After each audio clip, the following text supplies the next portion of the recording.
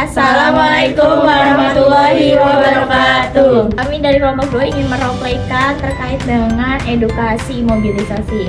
Saya Siva sebagai editor. Saya Ariska Sema sebagai perawat. Saya Sri Mustari sebagai keluarga pasien. Saya Satria sebagai pasien. Saya Alfi sebagai kameramen. Di ICU terdapat pasien yang mengalami luka dekubitus dan diperlukan edukasi dengan keluarga mengenai embolisasi dini yang harus dilakukan keluarga walaupun pasien dalam keadaan tidak sadarkan diri. Ibu, perkenalkan saya Nisema di sini perawat yang akan membantu ibu untuk berdiskusi lebih lanjut terkait keluarga ibu ya. Di sini dengan ibu siapa? Ibu Tari. Ibu Tari. Baik Ibu Tari, saya akan menjelaskan terkait edukasi imobilisasi ini terhadap Tuan Satria. Nah, di sini Tuan Satria mengalami sepsis ya Ibu ya. Tujuannya itu untuk mencegah lukanya dan agar tidak memperparah ya. Sebelumnya saya akan kontrak waktu sekitar 15 menit mendatang ya. Apakah bersedia Ibu? Saya bersedia, Mas. Oke, apabila bersedia, kita mulai saja ya. Oke, baik Ibu, di sini ada materinya ya. Jadi edukasi imobilisasi ini. Nah, Ibu tahu nggak sebelumnya luka dekubitus itu apa? Nggak tahu nih. Nah, jadi ya Bu, gambarannya itu lukanya itu dari awal seperti ini ya Bu ya. Jadi kayak gini ya apabila tidak diobati. Nah, luka dekubitus ini sebenarnya pada luka pada kulit dan jaringan di bawahnya yang disebabkan oleh tekanan berkepanjangan pada area tubuh, Bu. Jadi tekanan ini dapat menghambat aliran darah ke kulit dan menyebabkan kerusakan jaringan yang bisa berkembang menjadi luka yang terbuka ya Bu. Jadi ini tuh karena penyebabnya luka ini karena ada tekanan nih Bu, kayak gesekan kulit itu kayak ke kasur ya Bu ya. Nah, penyebab luka dekubitus ini seringkali adanya gesekan antara kulit dan permukaan lainnya. Terus juga pergeseran yang menyebabkan lapisan itu jadi terlepas si kulitnya, dan juga kelembapan berlebih pada kulit kayak di udaranya tuh menjadi lembab Ibu. Jadi itu kelupas-kelupas gitu ya? Iya, jadi harus menggunakan hand body ataupun minyak boleh Bu, minyak zaitun gitu. Biar si kulitnya itu tidak terasa kering. Apabila kulitnya kering itu kalau terkena gesekan Ibu, itu akan jadi terbuka, terlepas Ibu, makanya akan menyebabkan tadi luka seperti tadi ya Bu, ini contoh ya. Nah, faktor resiko dekubitus ini yang ada banyak nih Bu. Mobilitas, yaitu tidak dapat bergerak atau berpindah posisi. Nah, untuk sekarang Tuan Satria dia bergerak atau tidur di kasur saja? Tidur di kasur aja sih. Tidur di kasur saja ya makanya. Oke, baik. Makanya nanti bisa tuh dipindah-pindahkan posisinya agar tidak terjadi luka, karena kan luka itu dari kelembapan udara itu ya Bu ya. Pindah-pindahnya itu kayak gimana sih, Mas? Bisa kanan, kiri gitu. Tapi sambil dibantu dengan ibu sendiri ataupun keluarga ibu yang lainnya ya. Kalau ada berdua bisa ke kaki miring kanan, miring kiri gitu ya. Terus juga ada persepsi sensorik yang buruk atau tidak merasakan nyeri atau tekanan. Mungkin Pak Satria tidak merasakan nyeri ya atau tekanan? Enggak sih. Enggak ya.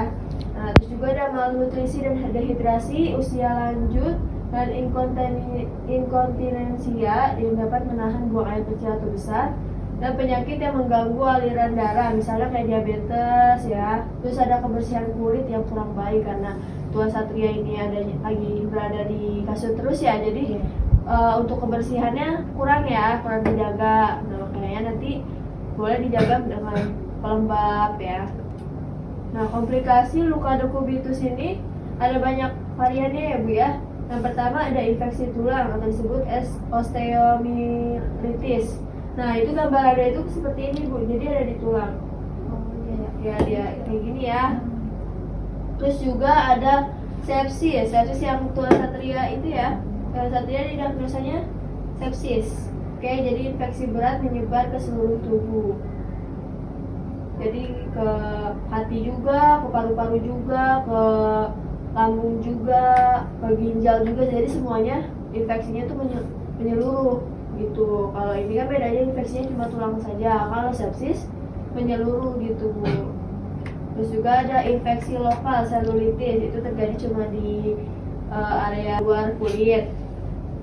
Nah, untuk gejala dekubitus ini ada perubahan warna kulit kayak kemerahan, ungu ataupun gelap. Kayak itu Bu, apa? Kayak memar juga bisa. Tapi misalnya diabetes, memar terus kena sentuhan itu nanti bakal bengkak, bakal terjadi luka tadi.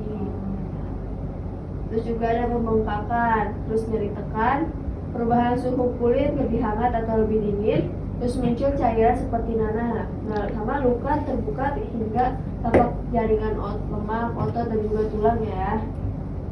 Untuk penanganan dan perawatannya itu yang kita ubah yaitu mengubah posisi pasien secara teratur untuk mengurangi tekanan yang tadi udah saya bilang ya, yang Dari kanan dan kiri. ya benar.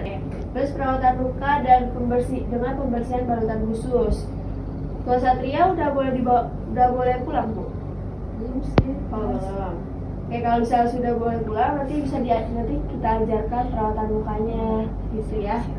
Terus juga penggunaan obat anti nyeri dan antibiotik jika terjadi infeksi ya. Pasti ntar Tua Satria ada obat anti nyeri kan. Terus juga operasi pengangkatan jaringan mati jika diperlukan, dan nutrisi yang baik untuk mempercepat penyembuhannya. Jadi harus dengan kayak karbohidratnya, proteinnya harus dijaga ya. Ini sudah cukup nih Bu. Yaitu luka dekubitus ini adalah kerusakan kulit dan jaringan akibat tekanan berkepanjangan. Jadi itu paling sering dirasakan oleh pasien yang diimobilisasi ya Ibu ya. Ya. Ada yang mau disampaikan atau ditanyakan Bu kalau belum paham? Paling itu nanti untuk itu caranya nanti diajarin kan ya? Iya, nanti kami ajarkan ke pasiennya sama ibunya. Nah itu saja Ibu. Nah sekarang saya udah jelaskan tadi.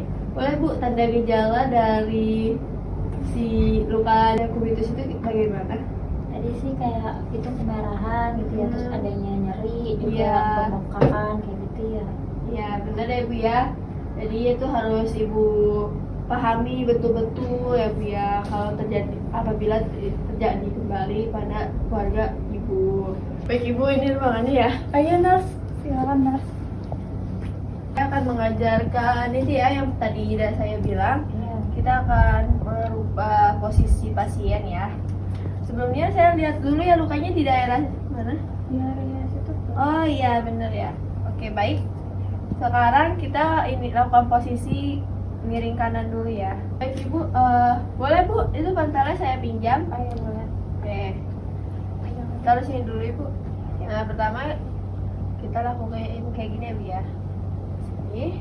Pelan-pelan, jangan sampai terkena lukanya ya Bu ya. Lalu langsung ditaruh di bantal Nah, untuk posisi ini kita lakukan 2 jam sekali ya Bu ya. Jadi habis.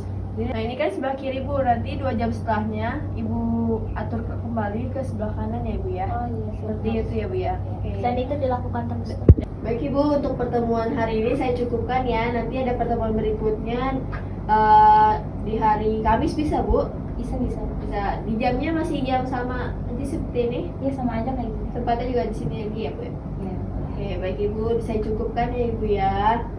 Oke, makasih nurse. Sama-sama Ibu.